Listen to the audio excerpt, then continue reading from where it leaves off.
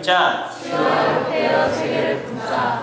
우리 올해 우리에게 주신 표어도 한번 할까? 내 이웃을 주님께로. 내 이웃을 주님께로. 여러분의 이웃을 주님께로 인도하는 저와 여러분 되시길 예수님의 이름으로 축복합니다. 네. 오늘 말씀의 제목 한번 더 따라할까요? 자기 합리화는 순종의 적이다. 순종의 적이다. 옆 사람에게 말하시죠. 자기 합리화는 순종의 적입니다. 그래서 우리 말씀의 제목을 우리가 나눴는데, 우리가 자기 합리화에 빠지지 말고 하나님 말씀하시며 순종하는 저와 여러분 되시길 예수님의 이름으로 축복합니다.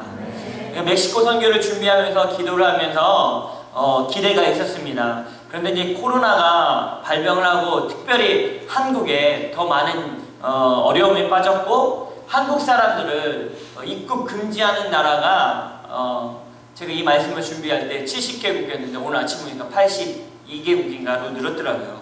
제가 이제 수요일 정도까지만 해도 좀 무리가 되지만 한번 가보자라는 마음이 있었는데, 갑자기 한국의 확진자 수가 3,000명 가까이 되게 되었습니다. 그리고 입국 국가 수가 늘게 돼서 선교팀장하고 같이 이야기하면서 우리가 어떻게 할 것인가 상의를 하다가, 그러면 금요일날 우리가 끝나고 나서 예배 끝나고 우리 가는 선교팀하고 우리 의견을 나누고 그리고 우리가 그 결정하자라고 얘기했습니다. 근데 너무 놀랍게 그날 금요 예배 설교를 안윤혜 전도사님이 해주셨는데, 그 본문의 말씀이 어디였냐면 사도행전 16장 말씀이었습니다. 사도행전 16장의 말씀은 뭐냐면, 이 사도 바울이 아시아로 가서 복음을 전하기를 원했는데 성령님께서 밤에 환상으로 이 마게도냐 사람을 보여서 마게도냐 사람이 이리로 와서 우리를 도우라 라고 말씀하시면서 성령 하나님이 아시아로 가려고 했던 바울의 마음을 옮기셔서 이 마게도냐 유럽으로 오게 하셨습니다. 그래서 마게도냐 첫 성인 빌립보에서 복음을 전하게 하시고, 그에서 빌립보 교회 루디아를 만나서 빌립보 교회가 탄생하게 됩니다. 결국 이 사도 바울이 원했던 것은 아시아로 가서 복음을 전하는 거였는데, 하나님은 그게 아니라 유럽으로 가서 복음을 전하게 만드셨다는 겁니다. 때로는 우리가 원하고 바라고 소원했던 그것이 하나님께서는 그 길이 아니라 다른 길로 인도하실 때가 있다는 겁니다. 그래서 이제 금요일날 하나님 우리에게 말씀하시는 것이 이것이 맞구나. 잠시 우리가 가려고 했던 것을 멈추고 이 멕시코 선교를 다음으로 미루고 우리 선교팀이 결정하고 선교사님한테 그냥 우리 성도들이 같이 헌금했던 그 헌금과 함께 이렇게 보내드렸습니다. 거기서 또 행사가 준비되어 있고 많은 사람들 초청해서 음식도 나눠야 되고, 프로젝터를 사셔서 거기 마을에서 영화를 스페인어로 예수님에 대한 영화를 틀어주시기 위해서 이제 저희 교회한테 이제 프로젝트를 요구하셨는데 이렇게 돈을 보내드렸습니다. 근데 우리 돈을 보내는 것뿐만 아니라 우리의 마음과 기도가 우리 몸은 가지 못하지만 마음과 기도를 가서 이번 주간에 있는 목요일 날에 있는 그 어린이 도서관 개관식에 하나님의 큰 은혜가 있고, 그 또 마을에 전도하는 그 일도 놀랍게 이루어질 줄로 믿습니다. 네, 그래서 우리는 하나님의 말씀하시면 때로는 우리가 원하고 바라고 소원했지만 때로는 그 뜻을 접어야 될 때도 있다는 것입니다. 왜냐하면 우리의 기준이 아니라 하나님의 말씀이 먼저이기 때문입니다.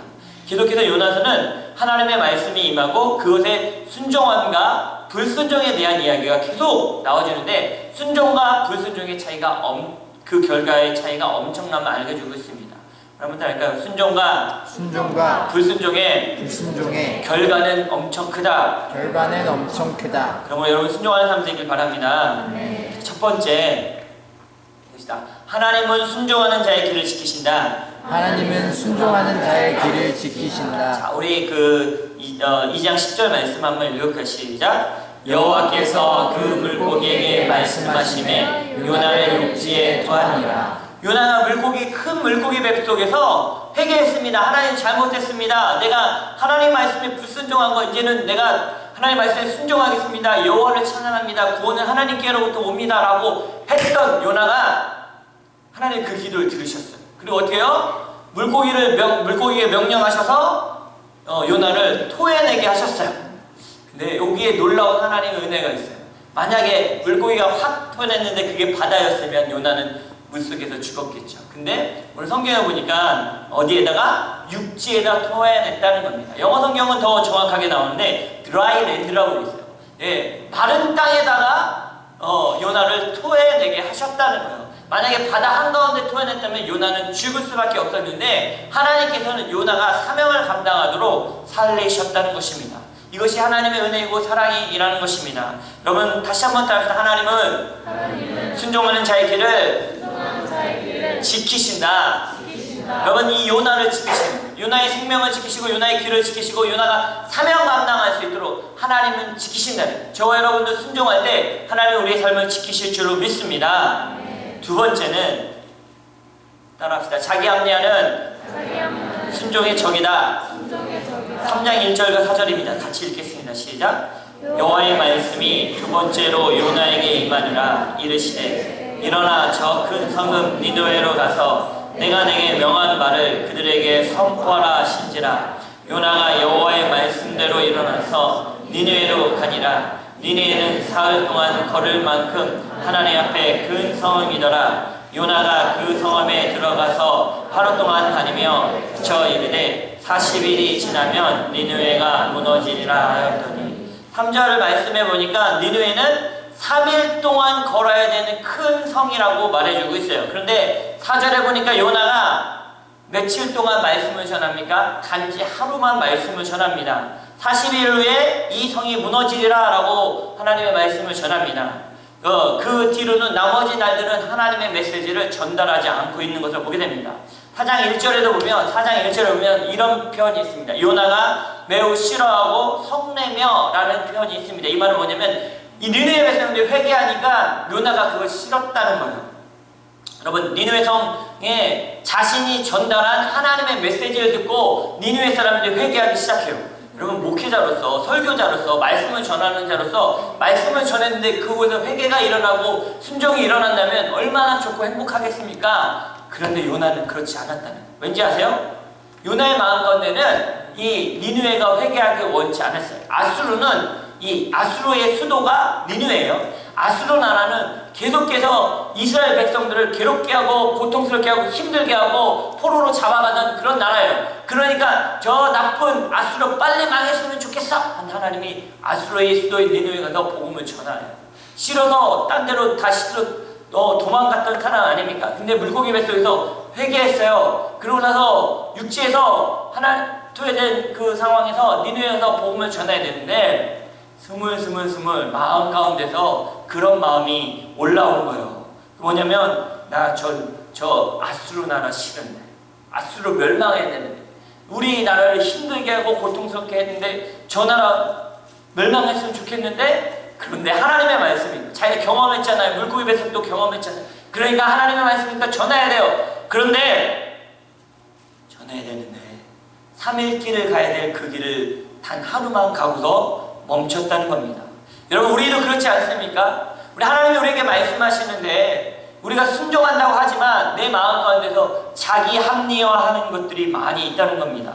난 이 정도 하면 이 신앙생활 잘하는 거 아니야? 내 시간도 없고 물질도 없고 내 상황도 안 되는데 이 정도 하면 잘하는 거 아니야? 이 정도 하면 말씀을 순종하는 거지. 바쁘고 시간도 없는데 이 정도만 하면 이사님 마세요. 나는 시간 없어. 나는 피곤해. 난 물질이 없어. 난 주변에 있는 세론이 마음에 들지 않아. 셀리더가 정말 이상해. 성격 이상한 것 같아.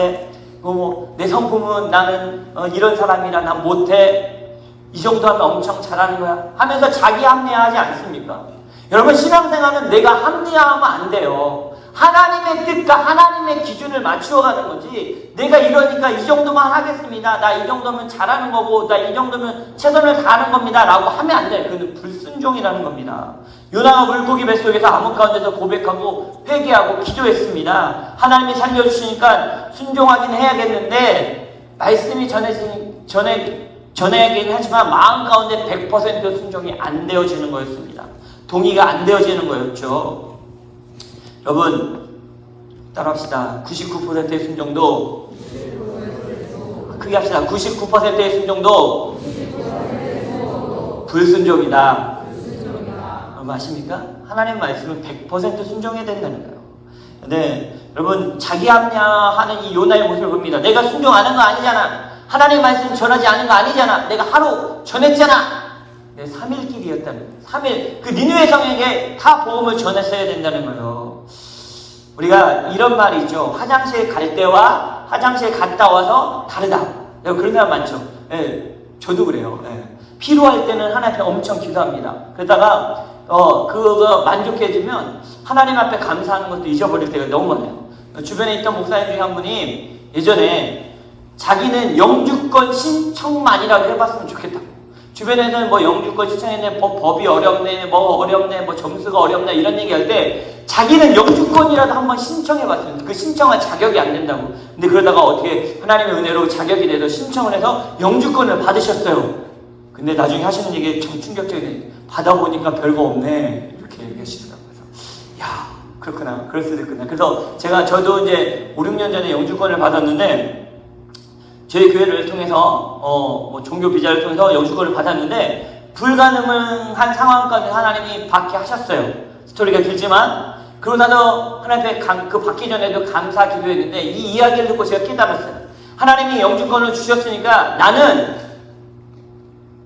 받고 난 다음에도 늘 감사하리라. 그래서 매년 생각날 때마다 하나님 영주권 주셔서 감사합니다. 지금 5년, 6년이 지났는데 계속 하나님 저에게 영주권 허락하셔서 감사합니다 라고 기도하기 시작했어요. 그러고 나서 이 말씀을 준비하면서 내가 이렇게 말만 하면 안 되지 하고 영주권을 주신 걸 감사합니다 하고 감사헌금을 준비해서 오늘 헌금했습니다. 여러분 왜 그렇습니까? 우리가 하나님 앞에 어떤 문제가 있고 소원이 있을 때는 기도 열심히 합니다. 근데 하나님 응답해 주시면 그 다음에는 감사를 잃어버려요. 하나님 말씀대로 따라가지 않을 때가 많이 있다는 겁니다. 여러분 우리 뭐 집도 그렇죠. 여기 집을 사시는 분들도 있는데 렌트 하기도 전에 예전에는 막 조그만한 집에 방 한 칸에 살다가 그 집 아파트 한 전체를 얻었을 때 우와 하나님 이렇게 좋은 아파트 주셨네 감사하다가 이제는 점점점 감사가 사라지고 나서 어떻게 합니까? 집을 살려고 하는데 불만하는 거야. 아 이렇게 작은 집, 더 큰 집 안 돼. 우리 차가 없었을 때는 버스 타고 다니고 버스도 잘 안 와서 비 맞고 이랬었는데 차가 생겼어요. 그랬더니 내 차는 벤츠가 아니라서 내가는 포르쉐가 아니라서 이런 불만과 불평을 갖고 살아가지 않습니까? 요나가 물고기 뱃속에서 하나님만 바라보고 하나님 살려주세요라고 기도했는데 그가 육지로 토함을 받은 다음에는 미움이 올라오고 하나님의 말씀에 순종하지 못하고 감사가 없어진 삶을 살아가기 시작했다는 겁니다. 여러분 자꾸 자기 합리화하면서 감사하지 못하면 하나님의 말씀에 순종할 수가 없다는 겁니다. 여러분 하나님이 말씀하실 때 자꾸 내 사정과 내 형편으로 방패 삼아 합리화하면 안 되는 것입니다. 여러분 그렇게 되면 불순종의 길을 가게 된다는 것입니다. 여러분 순종의 사람이 되길 예수님의 이름으로 축복합니다. 얼마나 우리가 합리화할 게 많이 있습니까?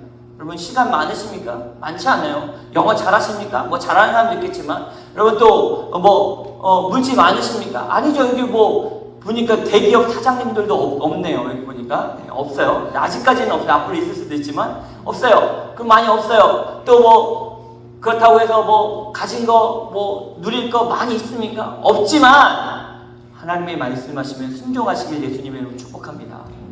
여러분 어떻게 보면 이 멕시코 선교 가는 게 우리 비행기 표만 약 350불이 하늘로 날아가는 상황이 돼버렸어요.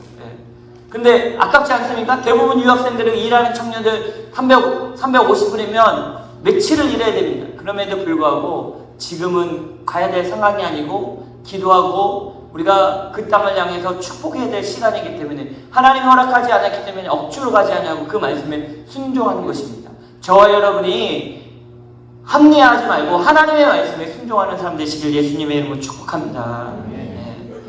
사람들 이렇게 얘기할 수 있어요. 변명을 합니다. 하나님도 내가 이 정도 하면 이해하시겠지. 하나님도 내 사장이라면 그러실 거야. 여러분 언제 하나님이 그렇게 말씀하셨어요? 언제 하나님이 그 사정 봐주신대요? 자꾸 내가 하나님 돼서 하나님이라면 하나님도 이 정도 하셨으면 이해하실 거야 라고 하는데 여러분 그거는 내 기준이고 내 합리화입니다. 하나님의 법과 하나님의 방법은 하나님의 뜻대로 살아가는 거예요. 옆 사람에게 말씀 하나님의 뜻대로 살아가시길 바랍니다. 여러분 우리의 기준이 아니라 우리의 합리화가 아니라 하나님의 기준을 순종해서 우리 것들을 내려놓고 하나님 말씀에 순종하는 저와 여러분이 되길 예수님의 이름으로 축복합니다.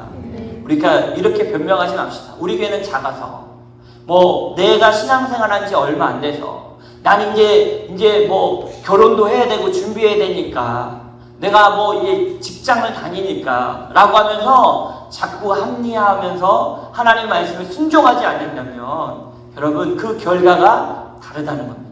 어렵고 힘들지만 하나님의 말씀에 순종하는 저와 여러분 되시길 예수님의 이름으로 축복합니다. 여러분 말씀에 순종하십시오. 그 말씀에 순종할 때 하나님의 놀라운 은혜가 있을 줄로 믿습니다. 기도하겠습니다. 하나님, 우리의 생명과